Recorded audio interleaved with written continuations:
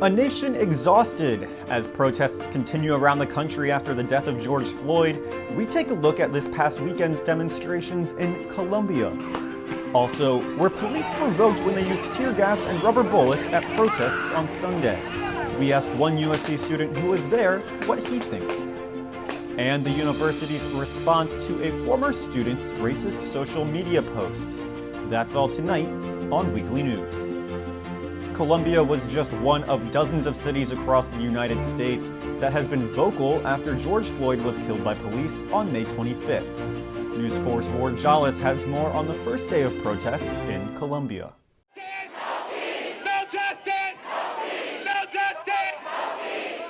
Over 1,000 miles from Minneapolis, Minnesota, hundreds gather outside in Colombia, protesting the murder of George Floyd at the hands of a white police officer. In a disturbing video, Floyd begging for air, saying, "I can't breathe." I cannot breathe. I cannot breathe. You just a grown. Crowds in Colombia echoing his words. I can't breathe. I can't breathe. To make matters worse, on social media, a firestorm of backlash from the Colombia community against President Trump after he posted this tweet, calling protesters thugs and saying, "When the looting starts, the shooting starts." He's doing nothing but showing his true colors. He's a racist. He's always going to be a racist. Protests stretching from coast to coast. In Charlotte, Philadelphia, and now here in Colombia. Crowds marching and carrying signs, some becoming violent.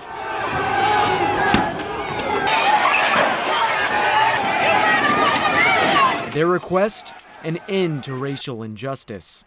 It's not okay that police officers can kill black people with impunity and nothing happens to them, or they get a slap on the wrist. Today is a warning, and today is the last warning.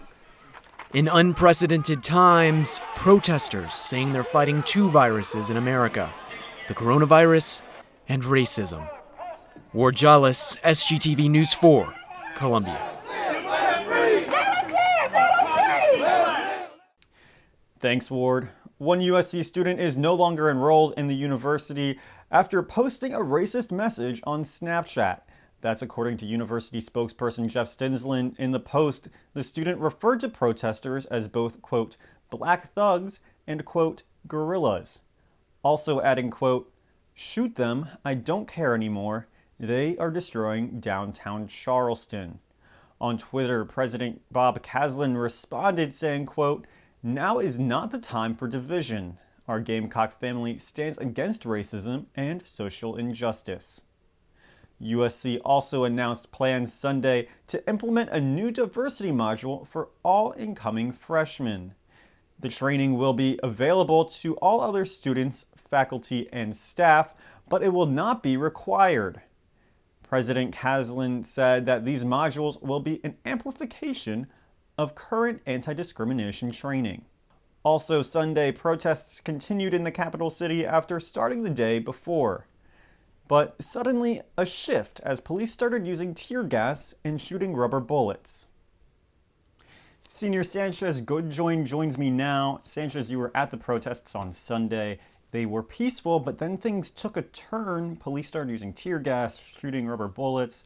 From what you could tell, was this provoked or did it seem to come out of nowhere? So when I stumbled upon this part of the protest, because it was a march, you know, we were like walking around the streets, whatever, just doing this, and so when I walked up to the scene of what was about to happen, it was a blockade like on the street, and it was like gates with police officers who were like in the black like SWAT team uniforms. They had shields, they had bats, and they had the helmets and whatnot, and they were standing there. And there were people, college age, some people a little bit older, some people a little bit younger, having signs, yelling their pains and whatnot at the police officers.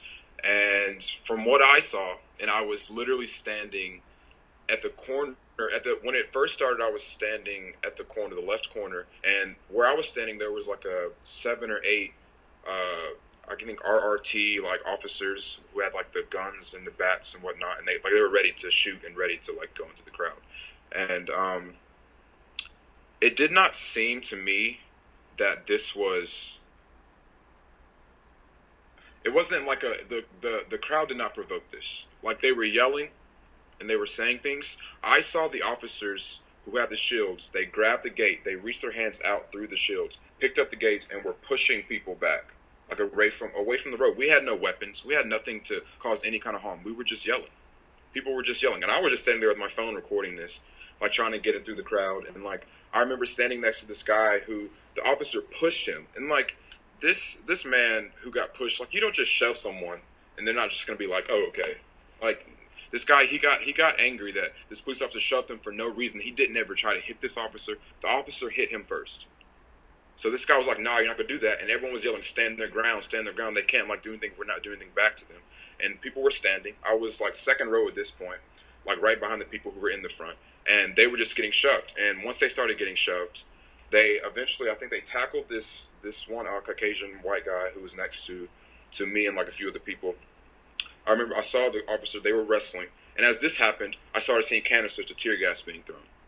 I saw one go past my head, and like it was already like the smoke, the gas was already spraying as it was thrown. And then as that one, there was another one. And then that second one, I remember hearing the guns starting to fire. And like, it was several like pops of bullets. It wasn't like just like you should get out of here. It was like, no, we're trying to hit you. And I was hearing screaming. Instantly, I was hearing coughing. I was trying to find my few friends who were like near me and like tell them we need to start backing up. Because like I assessed this when I was up there, seeing like all these officers who were like ready for war against a bunch of citizens who were just out marching. So no, not provoked. I just think it was the police officers who wanted to, So besides this instance in particular, what do you think of the police's response? Because I haven't been out, I wasn't out in Columbia for like the whole day, a whole night, like both days. But from the first protest, the peaceful protest on the first day of like, I think it was Saturday. I don't remember, time's kind of weird right now, but that first day, it was the police officers were just making sure that no one was getting rowdy. They were like distance away from the crowds. They weren't trying to cause any harm, especially at the Capitol building.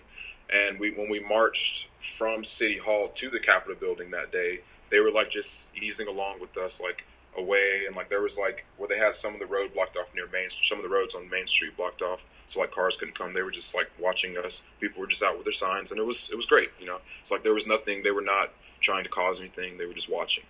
And that was the first day. And I know that once we started getting to the police station, they started like moving a lot faster as they were like walking with us, like they were like getting ready for something. And when we made it to the police station on that first day of protest, we got up to the police station entrance, and they had it gated off. Of course, they knew we were coming. They were surveilling us, and so we got to the gates up there, and there was just regular cops out. Like they weren't in the SWAT team. They had on like bulletproof vests, and like I think they had weapons, but like they were just like the normal like cops you would see. And yeah, that first day, a lot of yelling, obviously. I mean, people are mad right now in this whole country, in this state, everywhere, because police brutality is like something that goes like unnoticed for a lot of the population, and a lot of the representatives never really speak on it. And so people are angry, and it makes sense for them to be angry. But yeah, back to the point, the cops, I would say that before the night that I was in my apartment hearing like the gunshots and hearing the helicopters flying over and hearing like all what was going on around the Vista area, it was somewhat controlled. It was controlled. Like they weren't trying to cause anything with the people. But the second day, it was a lot different. The vibe was different from the get-go with the police. And yeah, when we got to that blockade, like that wasn't the first blockade that protesters like had been to around the city. Like there were cops like all over the city. But this one was like they wanted to like show us they were willing to hurt us. Well, shifting gears a little bit now, I'm sure that you saw that racist Snapchat post. The university has announced that student is no longer enrolled in the university. They also announced that students are going to have to go undergo new diversity training. What do you think about the university's response? Do you think that they're going far enough? Um, I I saw the email from our president. I read that. It was a nice little statement to say about everything, and I'm glad that yes, the student who was like you don't put racism out into the world. You don't do that on social media, no matter who it is who's watching you. So I'm glad that he's unenrolled because that's not what we are about as an institution. I know people of all backgrounds at our school who don't condone that. So I'm glad that that was handled in a swift and like we're not taking that at all. So that was great. But what was your question further along? I'm sorry. What was the last part of it? Yeah, so the university, they're going to be doing diversity training. It's going to be part of orientation for this upcoming summer. It's not required for all students and faculty, just incoming freshmen. Do you think that that's enough? Actually, that's a new. I did not even hear that they were doing that. So that is it's kind of news to me right now. I guess I'm kind of out of the loop, but that sounds like a really cool thing they're doing. So could you explain more of the sensitivity training that they're doing? Yeah, I can read from President Kaslin's email that he sent out here. He said um, that the university is assembling a team to work on the implementation of a new diversity module that will be required of all U of SC freshmen as part of their orientation process beginning in the 2020-2021 academic year. And they're going to amplify the training to all students, faculty, and staff, but it's not going to be required for those people, just for the incoming freshmen. Okay, so that's an issue right there. That last part you just said is that if it's only for freshmen, it still should be for sophomores, juniors, and seniors. Like they're people too. Just because they're freshmen, it's like we're all living in this environment together. Like it should not just only include freshmen. It should be required for all different like all years of our stay at this institution because everyone can learn something from the modules. Everyone, and if they're done right, yeah, everyone can learn from them. So I think that that's a slight issue. They should definitely address that and like kind of make it required for everyone. Well, Sanchez, thank you for sharing your insight, and thanks for coming on and joining me today. Hey, no problem. SGTV had a team of reporters and photographers out in this past week's protests in Colombia, and we've updated the homepage of our website to showcase some of the images they took. Lizzie Grosso joins me now. Lizzie, you were there at the protests on Saturday. You were there taking pictures. Obviously, there's a lot of emotions going on. What exactly were you trying to capture in these pictures that you took? I just wanted to document the reality of what was going on.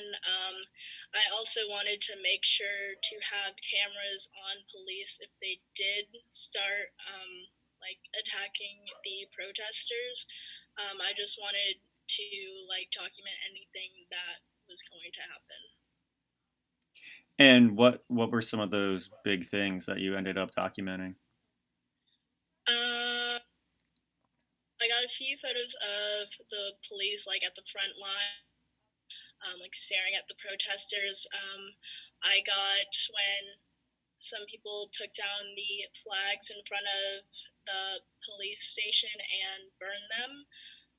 I got two people who climbed up the building under construction next door and hung up a sign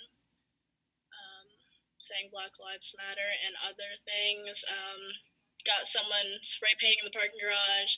I got 3 cop cars that were on fire. SWAT team. I got tanks. There were snipers as well that I photographed. Yeah, there's definitely a lot going on. And when protests started to, shift and get a little more violent, you chose to stay. We see those pictures of the burning cars, the graffiti on the parking garage. Why did you choose to stay? I chose to stay because I was at a protest the day earlier in Charlotte where we were tear gassed, shot with rubber bullets, and flashbanged, and I knew that the police can use those forces and most likely would, and I wanted to be there in case something did happen, because I wanted to hold the police accountable for their actions. I wanted to document it to get the facts. Well, Lizzie, those were some beautiful photographs that you took. Thanks for coming on and joining me. You can take a look at Lizzie's pictures and dozens of others on our website, sgtvonline.com. Shifting gears now, we found out today USC men's basketball coach Frank Martin is one of the thousands who have tested positive for coronavirus. Martin announced today that he tested positive early last month and he's since recovered. He may have been symptom-free, but the unknown of the virus is what worries him moving forward. And I say this all the time. If you tell me I got to walk through some doors and there's a grizzly bear on the other side, I'm going to take a deep breath and I'm going to go take on the grizzly bear. But if you tell me I got to walk through the doors and I got no idea what I'm going to fight on the other side, I ain't walking through those doors very in a comfortable way. The team prepares to return to campus later this month. And USC still has not announced any plans for a virtual commencement after canceling August's postponed ceremony. SGTV's Lydia Blackstone joins me now, and Lydia, still no word on graduation. Yes, that's right, Spencer. So last week we heard the word that it was going to be virtually, and this week I got to talk to students about how they're trying to plan that virtual graduation and nothing really has quite been said about it, leaving seniors a little bit uneasy. You take a look. I'm here with senior Alan Hitchcock, and thank you, Alan, first for coming on today. Appreciate it. No problem. Alan is a senior. Alan, first let me tell you, congratulations on your senior year. What has the university done thus far to congratulate the seniors? The only thing I really know of is they're posting some daily stuff on their main website, sc.edu. But besides that, we really haven't got anything besides update emails from Bob telling us what's being changed and what their tentative plans are. And what are your tentative plans so far on graduation?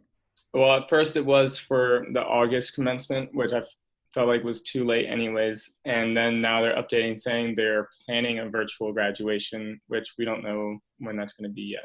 Have they told you anything about what the virtual graduation will go like? No, nothing at all. How does that make you feel as a senior? I feel like it's getting kind of late to start, planning this stuff when it should have already happened. I feel like watching a lot of people from home that I went to high school with that go to other universities, getting a lot different treatment, and they've already had their commencement. They've celebrated and shared their graduation online. Mm-hmm. So, yeah, not the best outcome right now. Too bad about that, Alan. Well, Alan, I want to thank you so much for coming on today. I appreciate your input. Congratulations. Thank you. I'm sorry the university hasn't really contacted y'all on how virtual graduation is going to go. Yeah, they just sent the one email saying they are going to let us know as soon as possible, but I felt like they should have just had it on May 8th already.